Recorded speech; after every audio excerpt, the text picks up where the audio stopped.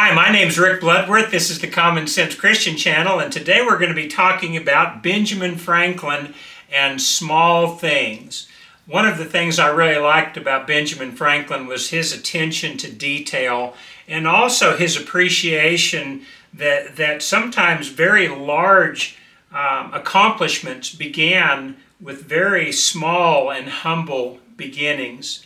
He was the guy that said a penny saved is a penny earned, and he was always talking about the importance of thrift, things that people really don't give a lot of attention to nowadays, but if they would, they might find that by taking care of a penny now, being penny wise can keep you from being pound foolish, or just getting to the point where you're comfortable with wasting not just small things, but large things in the end.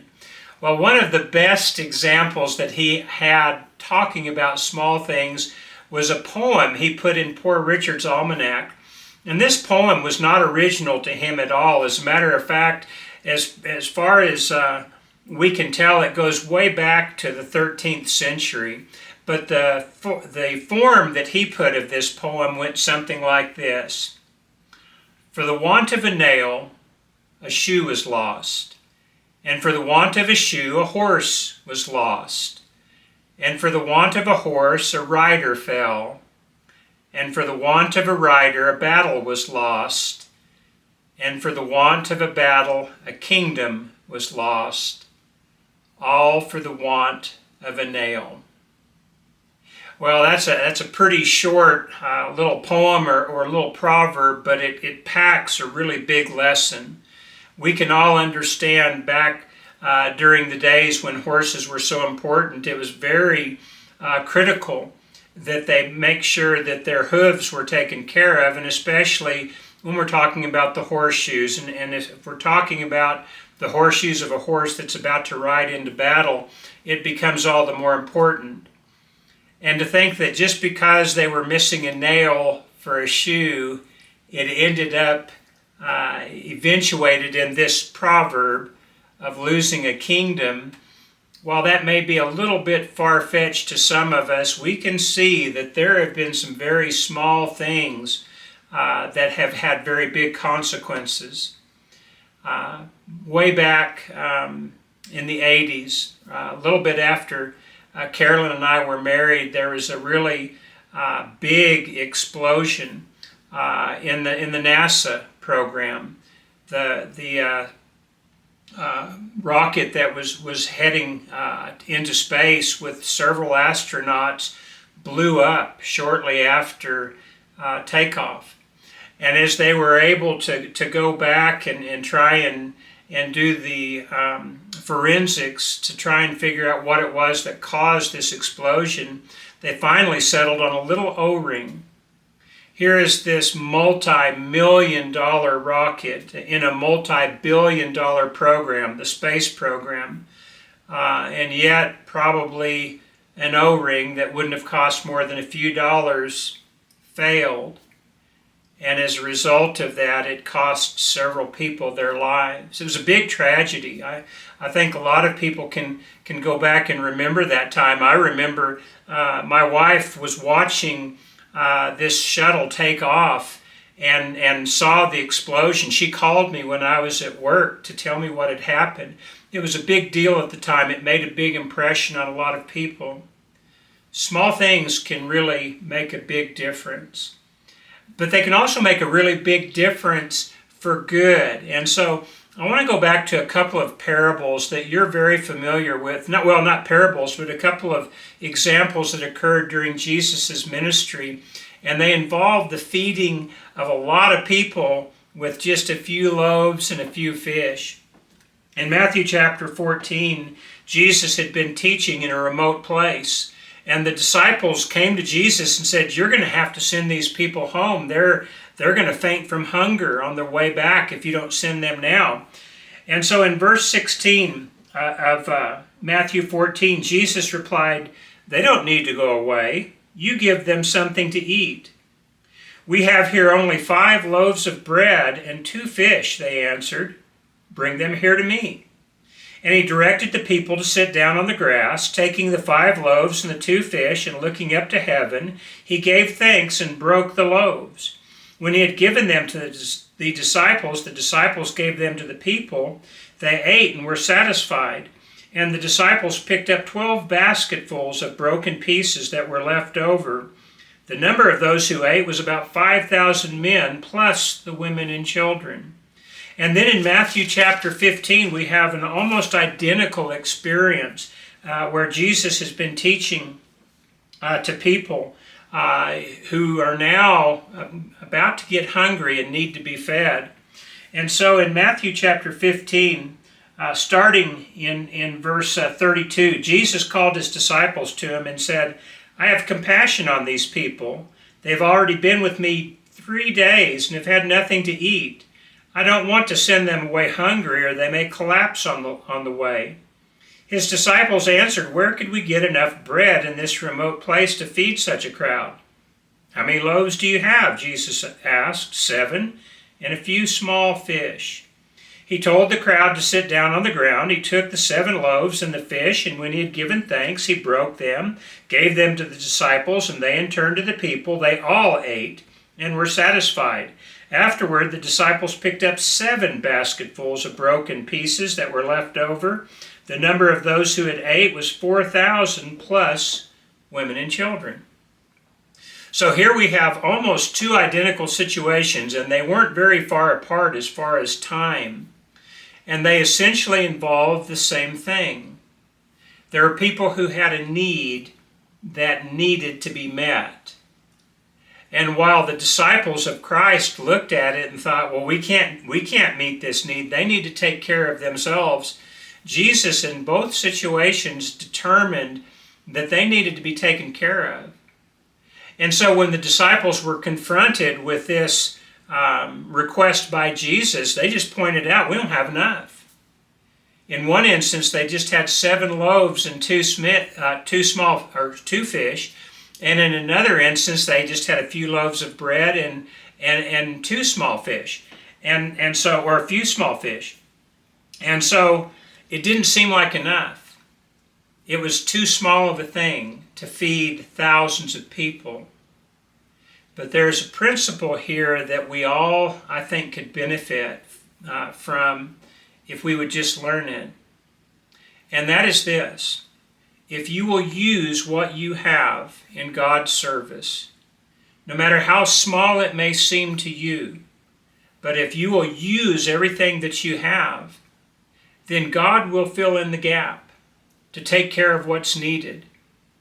We see the miraculous times where Jesus fed thousands of people with just a little bread and a few fish, but it can occur in our lives as well. As a matter of fact, think about some of the small things that have occurred to you in your life that they just seemed so minute and so insignificant and maybe even so random that they really couldn't amount to anything, but they ended up amounting to a lot. I know when I was at Lubbock Christian College, they had a rule that you had to go to chapel services every morning. It was a religious service where we would have songs to God and to Christ and prayer, and usually a short devotional message. And the idea was to try and keep the perspective of the students on campus in the direction it really needed to be. The studies were certainly significant, but not so significant as the religious direction that they were trying to provide there. And so they required these chapel services because there were some people like me who didn't particularly want to go, and if we weren't compelled to go, we wouldn't. And so they had a rule, you couldn't miss more than 10 chapel services.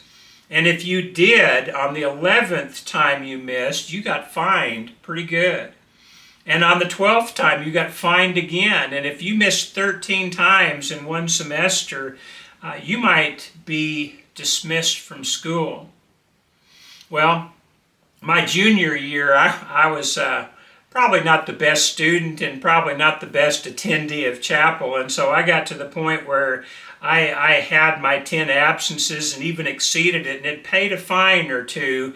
And then I had to go to chapel sick after that because I couldn't afford to miss anymore. So by the time my senior year rolled around, I was a little bit more expeditious with my chapel absences. So one day I showed up for chapel.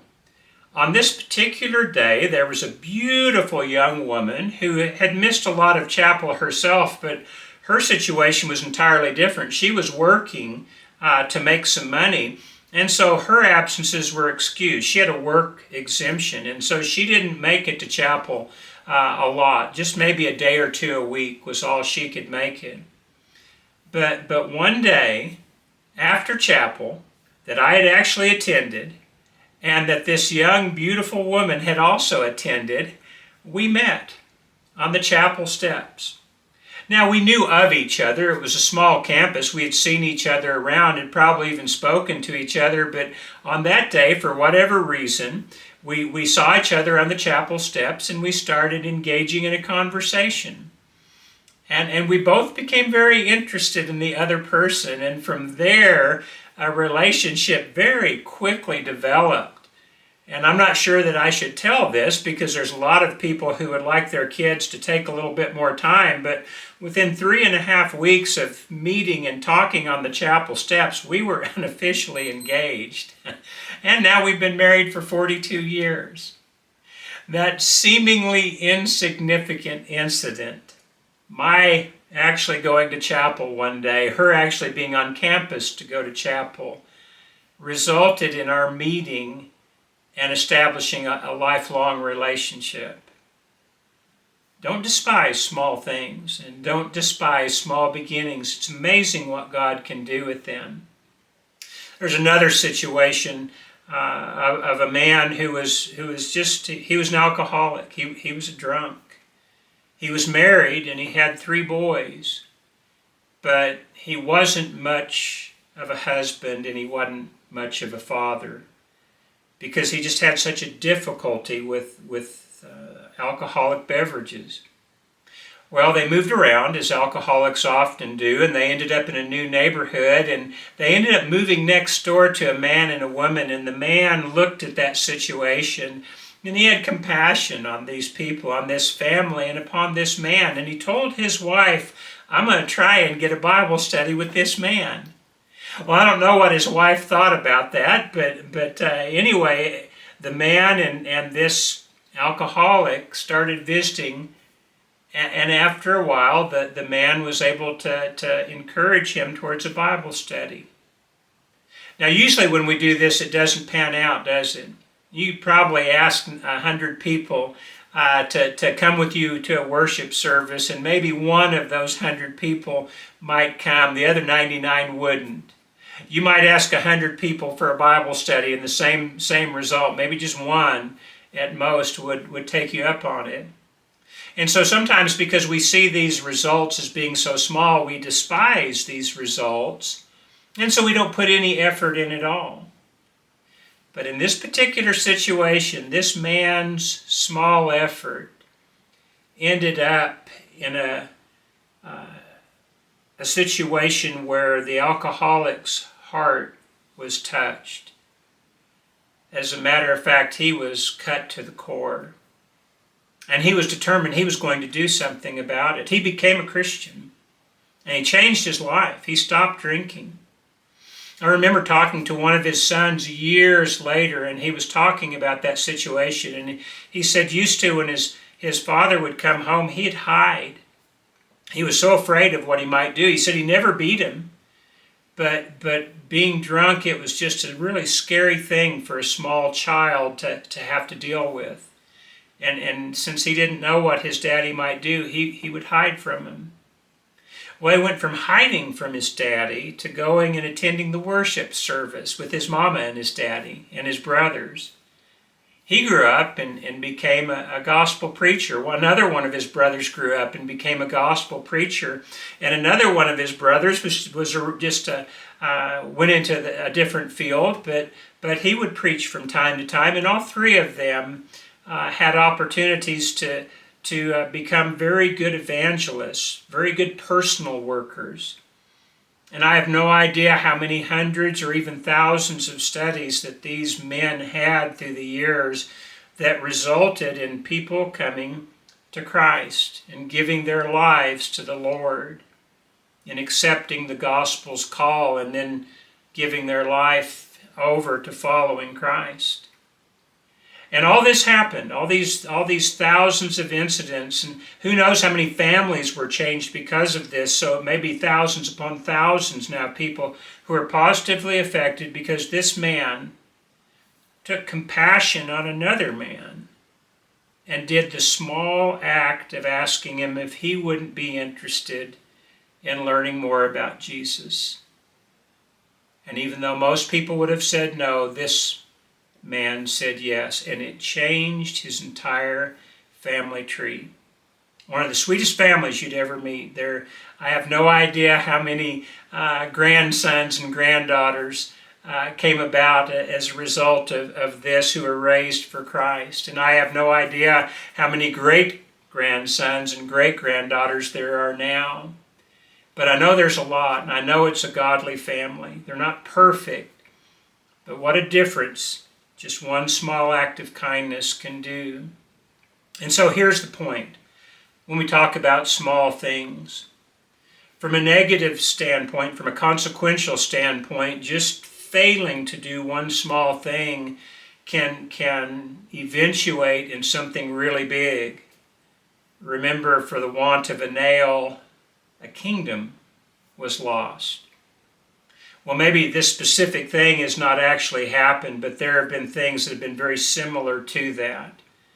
An O-ring that was defective, a part of the engine that you're driving going out, even if it was very small, having a little part of your brakes not function in your car, not stopping when it needs to,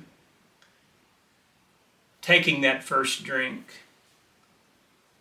and eventually becoming an alcoholic, taking that first dose of drugs and becoming an addict, making one wrong decision and then just compounding it with wrong decision after wrong decision after wrong decision, and eventually ruining not only your life but also the lives of many around you. Small things can make a big difference in a very negative way, but small things can make a huge difference in a positive way. A man talking to another man about Christ, and now thousands very likely being Christians this very day as a result of this one small act. And I'm sure to that man and to that man's wife, when he said, I'm going to try and get a study with them, it probably seemed like a small thing, maybe too small of a thing. Maybe kind of a last shot desperation to try and rescue a family that probably wouldn't work, but we'll try it anyway. Just like way back 2,000 years ago, when the disciples came up with just a few loaves of bread and a few small fish, and them taking what small things they had and combining it with the power of God, great things happened. Thousands of people were fed. Do you despise small things? Are you unwilling to do the little things daily that success requires? Are you sometimes willing to give yourself a pass when you make small intentional errors in your life? Not thinking for a moment that those small intentional errors may lead to bigger errors that eventually ruin you. We need to pay attention to detail, and we need to appreciate small things, both as far as being aware of what a small bad thing could do, but also being very aware of what God can do with your small part. You see, if you and I will do the little that we are capable of doing, God can fill in the rest, and God will do His part. The question is, will we do our small part, or will we despise that, turn our nose up at it, think it won't do any good anyway, so I won't even try, and just let it go? God can do great things with small things if you'll let him. But Satan can do a lot with small things if you're not careful. What are you doing with the small things in your life? And as far as your service to God, are you willing to do your small part in order that God may begin to do his great part? Don't despise small things. Pay attention to detail. You'll be glad you did. That's the lesson for today. I really appreciate your listening today. If this helps, share it with somebody that you think it might also help. And if you liked it, then hit that like button. It'll help the videos get out to more people. But until next time, I do want to pray and encourage you to do the right thing.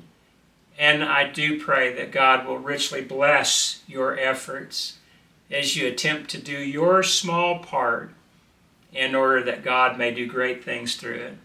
God bless you. We'll see you next time.